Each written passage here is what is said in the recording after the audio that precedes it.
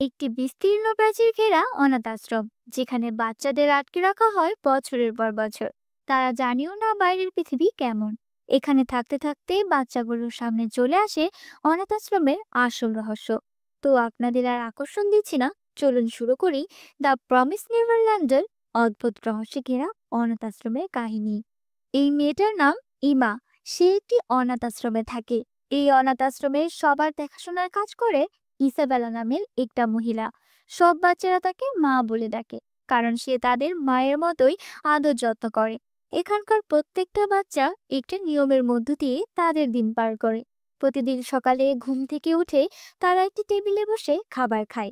এই অনাথ আশ্রমের প্রধান লক্ষ্য হলো বাচ্চাদের সঠিকভাবে সঠিক শিক্ষা দেওয়া এবং তাদের ভালো রাখা। এখানে স্কুলের মতো তাদের পরীক্ষা নেওয়া হয়, আর এই পরীক্ষায় সবচেয়ে ভালো নাম্বার পায় ইমা, নরম্যান এবং রে। এখানে প্রত্যেকটা বাচ্চাকে স্কুলের আইডেন্টি কার্ডের মতো করে একটা নাম্বার তাদের গলায় বসিয়ে দেওয়া হয়। কিন্তু এই অনাথ আশ্রমের সবচেয়ে অদ্ভুত ব্যাপার হলো এখানে কোনো বাচ্চা জানে না বাইরে কি আছে, অর্থাৎ পৃথিবীটা আসলে কেমন সে সম্পর্কে তাদের কোনো ধারণাই নেই। এর সবচেয়ে বড় কারণ, আশ্রমটি চারদিক দিয়ে ঘেরা, তাই বাচ্চাগুলো অনাথ আশ্রমের ভেতরেই জীবন কাটাতে হয়। এখানে কোনো বাচ্চার পারমিশন নেই বাইরে যাওয়ার। বাচ্চাগুলো অনেক ছোট থাকতেই এই আশ্রমে এসেছে, কিন্তু সারা জীবন তারা এখানে থাকবে না, কারণ এখানে তাদের নেওয়ার জন্য বাইরে থেকে লোক আসে আর বাচ্চাগুলোকে নিয়ে যায়। একইভাবে কনি নামের এক মেয়েকে একটি ফ্যামিলি আসে নিয়ে যাওয়ার জন্য। তখন সবাই তাকে হাসি মুখে সেখান থেকে বিদায় দেয় এবং কনিকে এগিয়ে দেওয়ার জন্য ইসাবেলা তার সাথে গেট পর্যন্ত যায়। আর তখনই এমা খেয়াল করে কনি তার সবচেয়ে প্রিয় পুতুলটি সেখানেই রেখে গেছে। তখন সে নরম্যানকে সাথে নিয়ে কনিকেই সেই পুতুলটি ফিরিয়ে দেওয়ার জন্য সেখানে যায়। কিন্তু সেখানে গিয়ে সে ইসাবেলা এবং কনি কাউকেই দেখতে পায় না। তবে গেটটি খোলা থাকায় তারা দুজনে মিলে গেটের বাইরে যায় এবং জীবনের প্রথমবারের মতো তারা গেটের বাইরে পা রাখে। সেখানে থাকা গাড়িতে ইমা উকি দিতেই ভয়ে চমকে ওঠে এবং নরম্যানও সেখানে দেখতে পায় কনির লাশ গাড়ির ভেতরে রয়ে গেছে এবং কনির বুকের উপরে একটি ফুলের গাছ লাগানো আছে। আর তখনই সেখানে চলে আসে দুটি বিশাল আকৃতির ভয়ঙ্কর দৈত্য। তাদের দেখতে ভীষণ ভয়ঙ্কর। তাদের দেখে ইমা এবং নরম্যান ভয়ে গাড়ির নিচে চলে যায় এবং তারা তাদের কথা শুনতে থাকে। দুটি দৈত্য বলছিল, মানুষের মাংস অনেক বেশি সুস্বাদু, আর এই ফার্মে আমাদের জন্য এমন মাংস তৈরি করা হয়। তখন ইসাবেলা এবং নরম্যান বুঝতে পারে তারা যে ফার্মের কথা বলছে সেটি আসলে তাদের অনাথ আশ্রম, যেখানে তাদেরকে আদর যত্ন করে ছোট থেকে বড় করা হয় শুধুমাত্র এই দৈত্যদের খাবার হওয়ার জন্য। এসব কথা শুনে ইমা এবং নরম্যান অনেকটা চমকে যায় এবং কষ্ট পেতে থাকে এবং তারা দেখে সেখানে তাদের মা ইসাবেলা উপস্থিত হয়েছেন, যিনি তাদেরকে আদর যত্ন করে বড় করেন। তিনি দত্তদের সাথে সেখানে তাদের বিষয়ে কথা বলছেন। ইসাবেলা দত্তকে বলছে তার আশ্রমে যেই শিক্ষার্থী অনেক বেশি মেধাবী তাকে খেতেও অনেক বেশি সুস্বাদু।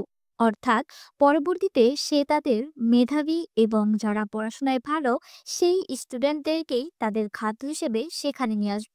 অর্থাৎ ইমা, নরম্যান এবং রের কথা বলা হয়েছে। এবং সেখান থেকে এমা এবং নরম্যান দৌড়ে পালাচ্ছিল।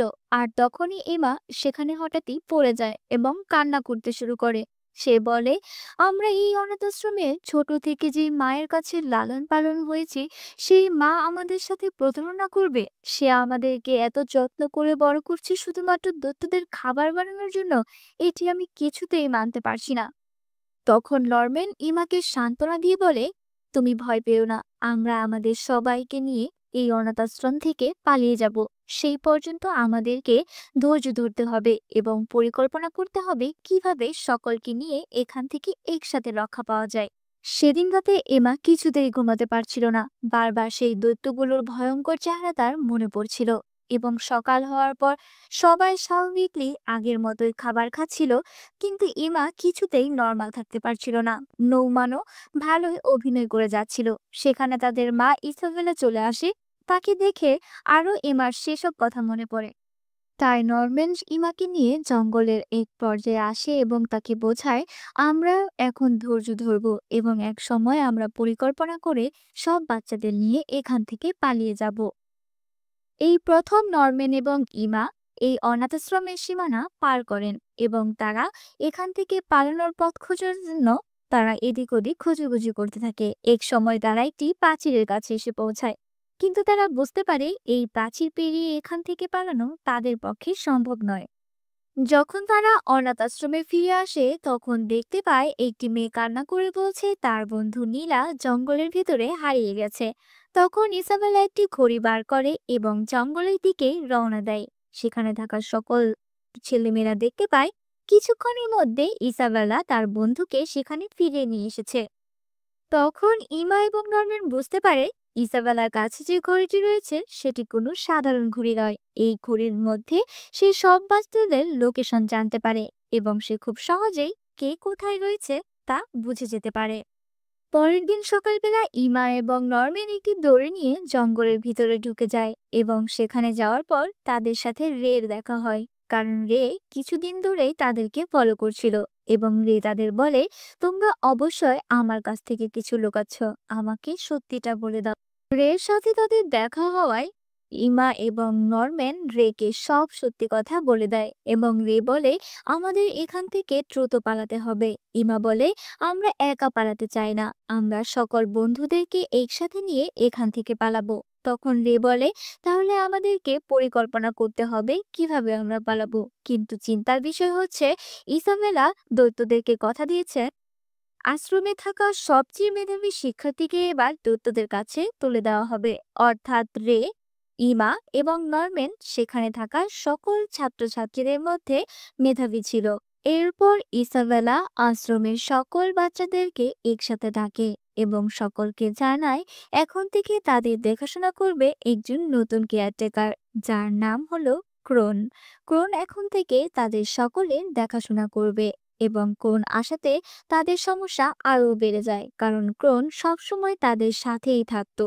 তারা যেদিকে যেত ক্রোনও সেদিকেই যেত, কাউকে কখনো একা থাকতে দিত না। এরপর দেখা যায় ক্রোন এবং ইসাবেলার মধ্যে কিছু কথা হচ্ছে। ইসাবেলা ক্রোনকে জানাচ্ছে আমাদের অনাথ আশ্রমের কিছু ছেলে মেয়ে আমাদের আশ্রমের আসল রহস্য সম্পর্কে জানতে পেরে গেছে। সে তাকে পুতুলটি সম্পর্কে বলে, কারণ কনির ফেলে যাওয়া সেই পুতুলটি ইমা এবং নরম্যান গেটের বাইরে ফেলে রেখে এসেছিল এবং যে পুতুলটি ইসাবেলা কুড়িয়ে পেয়েছিল এবং বুঝতে পেরেছিল সেখানে এমা এবং নরম্যান এসেছে। আর সে তাই ক্রোনকে বলে সবসময় যেন সে তাদের নজরে রাখে। ইমা, নরম্যান এবং রে এই অনাথাশ্রমের রহস্য সম্পর্কে জেনে গেছে, তাই তারা পালানোর চেষ্টা করবে। যদিও তারা এখান থেকে পালাতে পারবে না, তবুও তুমি তাদেরকে সবসময় নজরে রাখবে। পরের দিন সকালবেলা ক্রোন তাই করতে থাকে। সে বাচ্চাদের সাথেই থাকে সবসময় এবং বাচ্চারা যেখানে যেখানে যায় ক্রোনও তাদের পিছু পিছু সেখানে যেতে থাকে। এতে করে ইমা নরম্যানের কাজ করতে অসুবিধা হচ্ছিল। ইমা এবং নরম্যান বুঝতে পারে তাদের মধ্যে থেকে একজন ইসাবেলার স্পাই। সে তাদের সমস্ত খবর প্রতিনিয়ত ইসাবেলার কাছে গিয়ে বলে দিচ্ছে। তখন তারা একটি পরিকল্পনা করে। তারা ভাবে এই কাজ কোনো ছোট বাচ্চাদের নয়, এটি তাদেরই সমবয়সী কোনো বন্ধুরই কাজ হবে। তাই তারা সিদ্ধান্ত নেয় তাদের বয়সী আরো দুজনকে এই সব বিষয়ে তারা জানিয়ে দেবে। তারা সকল বিষয় তাদের সেই দুই বন্ধুকে জানায়, কিন্তু তারা তা কিছুতেই বিশ্বাস করছিল না। এক পর্যায়ে তারা বিশ্বাস করে এবং তাদেরকে সাহায্য করতে স্বীকার হয়। এরপর দেখা যায় নরম্যান রেকে বলছে ওই দুই বন্ধুকে দিয়ে দড়ির দুই প্রান্তে ধরাবে এবং তারা ওই প্রাচীর পেরিয়ে দেখবে। তখন যদি কেউ ইসাবেলার কাছে দৌড়ে চলে যায় তাহলে সেই হবে ইসাবেলার স্পাই। পরের দিন সকালবেলা জানানো হয় তাদের দড়ি কেউ লুকিয়ে ফেলেছে। তখন নরম্যান রেকে বলে এটি শুধুমাত্র রেকে ধরার জন্যই একটি বানানো ফাঁদ ছিল। এই গল্পটি সে ইচ্ছে করে বানিয়েছে যাতে করে সে রেকে ধরতে পারে। অর্থাৎ রেই হলো সেই স্পাই। সে রাতের বেলা সেই দড়িটি রেই সেখান থেকে লুকিয়েছিল। অর্থাৎ ইসাবেলার স্পাই আর কেউ নয়, স্বয়ং রে। এবং রে সব সত্যি কথা বলে দেয়। রে জানায় সে অনেক আগেই এই অনাথ আশ্রমের রহস্যটি জানতে পারে এবং সেখান থেকে পালানোর চেষ্টা করলে ইসাবেলার হাতে ধরা পড়ে যায়। তখন ইসাবেলা তাকে বলে সে যদি কোনো বাচ্চাকে এই বিষয়ে না জানায় আর পালানোর চেষ্টা না করে, তাহলে ইসাবেলা তাকে দৈত্যদের হাতে পরে তুলে দিবে। সেই জন্য তখন থেকেই সে ইসাবেলার স্পাই হিসেবে কাজ করে। তখন রে তাকে বলে, আমি এখন পর্যন্ত ইসাবেলাকে এই প্রাচীরের বিষয়ে এখনো কিছু বলিনি। তখন এমা এবং নরম্যান বুঝতে পারে রে এখনো তাদের দলে রয়েছে। সে পুরোপুরি ইসাবেলার স্পাই হিসেবে কাজ করেনি। রে তখন তাদেরকে আরও জানায় কনির রেখে যাওয়া সেই পুতুলটি রে ইচ্ছে করে লুকিয়ে রেখেছিল, যাতে করে ইমা এবং নরম্যান সেই পুতুলটি দেখতে পায় এবং কনিকে সেই পুতুলটি ফিরিয়ে দিতে গিয়ে তারা এই আশ্রমের আসল রহস্য জানতে পারে। ইমা এবং নরম্যান রেকে বলে, এখন থেকে তুমি দুজনের হয়েই কাজ করবে। তুমি ইসাবেলার স্পাই হয়েও কাজ করবে, আবার আমাদের দলের বন্ধু হয়েও কাজ করবে। তখন তাদের কথা মতো রে ইসাবেলাকে জানায় নরম্যান তার খাবারে বিষ মিশাতে চেয়েছে। এটি বলে সে ইসাবেলার কাছে বিশ্বস্ত হতে যায় এবং ইসাবেলা তাকে জানায় পরদিন তাকে তার ফ্যামিলি নিতে আসবে। এটি বলে ইসাবেলা সেখান থেকে চলে যায়, অর্থাৎ পরের দিন রেকে পাঠানো হবে দৈত্যের খাবার হিসেবে। পরের দিন সকালে এই পাঁচজন বাচ্চা একসাথে পালানোর জন্য রেডি হয়, কিন্তু তাদের এই প্ল্যান ক্রোন দূর থেকেই শুনে ফেলে। কিন্তু ক্রোন সবকিছু জানার পরেও তাদেরকে অবাক করে দিয়ে ইসাবেলাকে কিছু না জানিয়ে তাদের দলে যোগ দেয়। এই বাচ্চাগুলো তখন জানতে পারে ক্রোনো ঠিক তাদের মতোই স্টুডেন্ট ছিল এবং তার গলায়ও তাদের মতো নাম্বার আছে। ক্রোন জানায় তার লক্ষ্য হলো ইসেবেলাকে তার পথ থেকে সরিয়ে দেওয়া আর তার জায়গা দখল করা। তাই ক্রোন এই বাচ্চাগুলোকে সাহায্য করতে রাজি হয়ে যায়। একদিন রাতে এই বাচ্চাগুলো ক্রোনের ঘরে আসে এবং ক্রোন তাদেরকে জানায় দৈত্যগুলোর ইতিহাস। সে বলে প্রায় 1000 বছর আগে মানুষ আর দৈত্যের মধ্যে একটা যুদ্ধ হয়েছিল, আর এই যুদ্ধ অনেকদিন পর্যন্ত চলেছিল। যখন যুদ্ধ থেমে যায়, তারা প্ল্যান করে দৈত্য বা মানুষ কেউ কাউকে বিরক্ত করবে না। তাই তারা একটি চুক্তি করেছিল যার নাম ছিল দ্য প্রমিসড। এই চুক্তিতে তারা বলেছিল মানুষ আর দৈত্য আলাদা আলাদা বসবাস করবে, আর এমনটাই তারা করেছিল। কিন্তু কিছু মানুষ তখন দৈত্যের জগতে আটকা পড়েছিল, আর এজন্য ধীরে ধীরে তারা দৈত্যের শিকারে পরিণত হচ্ছিল। দৈত্যরা বুঝতে পেরেছিল বুদ্ধিমান মানুষদের খেলে তাদের বুদ্ধি বাড়বে, তবে তারা একটা শর্ত মানুষদের দেয়। সেটা হলো তারা যদি তাদের বুদ্ধিমান মানুষ জোগাড় করে দেয়, তাহলে বাকি মানুষদের ছেড়ে দেবে। আর এই কারণেই দৈত্যদের জগতে থাকা মানুষগুলো এ ধরনের ফার্ম তৈরি করেছে। আর আমরা এখন যেখানে আছি, এটা ঠিক তেমনই একটি ফার্ম।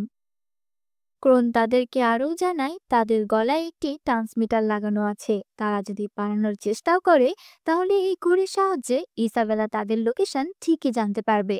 এমনকি ক্রোন তাদেরকে আরো অনেক বেশি ভয় দেখায়, যাতে করে তারা এখান থেকে পালানোর চিন্তা না করতে পারে। ক্রোন তাদের সাহায্য করছে ঠিকই, কিন্তু পালাতে দেবে না। এরপর দেখানো হয় ইসাবেলা রেকে একটি ক্যামেরা গিফট করেছে তার স্পাইয়ের কাজ করার জন্য। ক্যামেরা দেখতে দেখতে রে তাকে ক্রোনের করা সমস্ত পরিকল্পনা ইসাবেলাকে জানিয়ে দেয় এবং ইসাবেলা ক্রোনের সমস্ত ঘটনা জানতে পেরে রেগে ক্রোনের কাছে যায় এবং তাকে কেয়ারটেকারের পদ থেকে বাতিল করে দেয়। এবং ক্রোনকে তাড়িয়ে দেওয়া হলে ক্রোন গেটের বাইরে চলে এসে দেখে সেখানে তার গ্র্যান্ড মাদার দাঁড়িয়ে আছে এবং সে তাকে একটি দৈত্য হাতে তুলে দেয় এবং বিশাল আকৃতির দৈত্যটি ক্রোনকে তুলে নিয়ে তাকে সেখানেই শেষ করে ফেলে। ইমা এবং নৌমান দৌড়ে প্রাচীরের কাছে যায় এবং রে ইসাবেলাকে ব্যস্ত রাখে, আর বাইরে দুই বন্ধু ইসাবেলা এবং রেকে পাহারা দিতে থাকে। ইসাবেলা রের সাথে কথা বলতে বলতে সে কিছু একটা টের পেয়ে যায়, আর সে রেকে একটি ঘরের ভেতরে বন্দি করে রাখে এবং সেখান থেকে তাড়াহুড়ো করে বেরিয়ে যায় ইমা এবং নৌমানকে খুঁজতে। তখন দুই বন্ধু এটি বুঝতে পেরে সে দরজা ভেঙে রেকে উদ্ধার করে এবং এক পর্যায়ে ইসাবেলা রে এবং নোমানকে ধরেই ফেলে। আর তখন ইসাবেলা নরমান আর ইমাকে সত্যি কথাটি বলে ফেলে এবং সে বলে এখান থেকে পালানোর চেষ্টা করে লাভ নেই। একদিন তোমরা যা চেয়েছো পেয়েছো, এখন আমি যা চাইবো তা তোমাদেরকে অবশ্যই দিতে হবে, অর্থাৎ তোমাদের প্রাণ। এ কথা শোনার পরে তারা দুজনে মিলে ইসাবেলার উপর ঝাঁপিয়ে পড়ে, কিন্তু এক পর্যায়ে ইসাবেলা ইমাকে ধরে ফেলে এবং তার পা অনেক জোরে মচকে দেয়। এটা নরম্যান দাঁড়িয়ে দাঁড়িয়ে দেখে এবং নরম্যানকে ইসাবেলা বলে, কালকেই তোমার শেষ দিন। এমা তার পায়ের ব্যথায় অনেক কাঁদতে থাকে এবং তাকে একটি ঘরে রাখা হয়। রাতে সবার একসাথে দেখা হলে সবাই অনেক কষ্ট পেতে থাকে, কারণ নরম্যানের কালকেই শেষ দিন। তো নরম্যান অনেক খুশি থাকে এজন্য যে সে মারা গেলেও সবাই বাঁচতে পারবে। এটা ভেবে সে একটি ডায়েরিতে কিছু লিখে যায় এবং একটি কলম পায়, যেটা দ্বারা তারা এখান থেকে বেরোতে পারবে। এবং নরম্যান পরের দিন আবার সে প্রাচীরের কাছে যায় এবং প্রাচীরের উপরে উঠে যায়, কিন্তু সে দেখতে পায় প্রাচীর থেকে নিচে নামতে সে পারবে না। তাই সে আবার ঘুরে অনাথ আশ্রমে ফিরে আসে এবং সে তার মৃত্যুকে মেনে নেয় এবং পরের দিন সকলে মিলে তাকে বিদায় জানায়। সবাই অনেক কষ্টে তাকে বিদায় জানায়। ইসেবেলা নরম্যানকে সাথে নিয়ে সেই গেটের বাইরে যায়। এদিকে এমা অনেক কান্নাকাটি করতে থাকে এবং ইসেবেলা যখন তাকে বাইরে দেয়, সে দেখতে পায় সেখানে একজন লোক।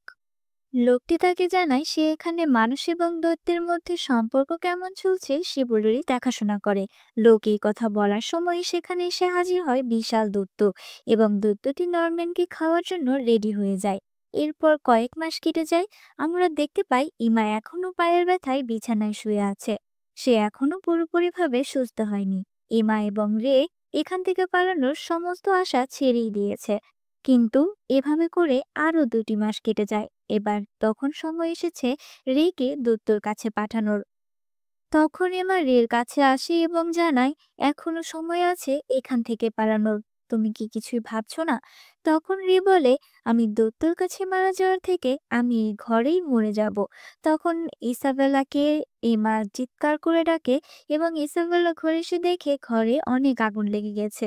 তখন এমা সব বাচ্চাদেরকে ঘর থেকে বের করে। ইসাবেলা যখন ঘরের ভেতরে ঢুকে যায়, সেখানে গিয়ে কোনো বাচ্চাদের দেখতে পায় না। আসলে তারা এসব করেছিল রে আর রিমা পরিকল্পনা করে এখান থেকে বাচ্চাদের নিয়ে পালানোর। এতদিন তারা এমন ভাব নিয়েছিল যেন এখান থেকে পালানোর সবকিছু তারা বাদ দিয়ে দিয়েছে, কিন্তু আসলে তারা এর মধ্যে সব বাচ্চাদেরকে সকল পরিকল্পনা এবং এই অনাথ আশ্রমের সকল রহস্য বলে দেয় এবং তারা সেই পরিকল্পনা মাফিক চলে, যা নরম্যান অনেক আগে থেকেই এখান থেকে পালানোর সকল বুদ্ধি লেগে গিয়েছিল। এবং এমা এবং রে সব বাচ্চাদের নিয়ে সেই পরিকল্পনা মাফিক আগুন ধরিয়ে এখান থেকে পালানোর চেষ্টা করে। এদিকে ইসাবেলা অনেক বেশি রেগে যায়। সে বলে কোনোভাবেই তাদেরকে সে পালাতে দেবে না। তাদের সবাইকে সে ঠিকই এই অনাথ আশ্রমে ফিরিয়ে নিয়ে আসবে। তখন সে তার ঘড়ির মাধ্যমে তাদের লোকেশন চেক করে ট্রাই করে, কিন্তু সেই ঘড়িতে তাদের লোকেশন ট্র্যাক করতে পারছিল না। তবুও সে জঙ্গলের ভিতরে ছুটে যায়। এদিকে এমা এবং রে দড়ির সাহায্যে সকল বাচ্চাদেরকে প্রাচীরের উপরে উঠিয়ে দেয় এবং সব বাচ্চারা মিলে প্রাচীরের উপরে উঠে দেখে সেখান থেকে অনেক গর্ত। তারপর দড়ি একটি গাছের সাথে বেঁধে একজন একজন করে বাচ্চাদেরকে সেই প্রাচীর থেকে ওপারে নামিয়ে দেয়। এভাবে করে সকল বাচ্চারা একজন একজন করে প্রাচীরের ওপারে যায়। ঠিক যখনই এমা সেই প্রাচীর পার হবে, সেখানে ইসাবেলা এসে হাজির হয় এবং সে দেখে সকল বাচ্চারা প্রাচীরের ওপারে চলে গেছে। ইসাবেলা তখন সে আগের কথা ভাবছিল, যখন সে অনাথ আশ্রমের সকল বাচ্চাদেরকে খুব আনন্দ করে যত্ন করে লালন পালন করত। এবং যখন এমা দড়িটি পার হবে, ঠিক তখনই ইসাবেলা দড়িটি কাটতেই যাচ্ছিল, কিন্তু তখন তার মনে হলো সবার জীবনে স্বাধীনতা প্রয়োজন। ওরা যখন পার হয়েই গেছে, তখন ওদের যেতে দেওয়া উচিত। তারপর সব বাচ্চাদেরকে ইসাবেলা যেতে দিল। বাচ্চারা জঙ্গলের মধ্যে দিয়ে যাওয়ার সময় পথ বোঝে না। তখন ইসাবেলা বলে এই কলম আমাদেরকে পথ দেখিয়ে জঙ্গল পার করবে। তখন কলমের ভিতর থেকে একটি ইগল বের হয়, যে তাদেরকে পথ দেখিয়ে নিয়ে যায়। দৈত্য এবং মানুষদের মাঝে সম্পর্ক দেখাশোনা করে এমন দুই ব্যক্তিকে ইসাবেলা বলে। সমস্ত শিশুরা অনাথ আশ্রম থেকে পালিয়ে গিয়েছে। এই কথা শুনে তারা অনেক বেশি রাগান্বিত হয় এবং তারা একটি বিশাল আকৃতির দৈত্যর হাতে ইসাবেলাকে তুলে দেয়, আর দৈত্য ইসাবেলাকে সেখানেই মেরে ফেলে। আর এখানেই আমাদের ভয়ঙ্কর রহস্যে ঘেরা অনাথ আশ্রমের এই মুভিটি এখানেই শেষ হয়ে যায়।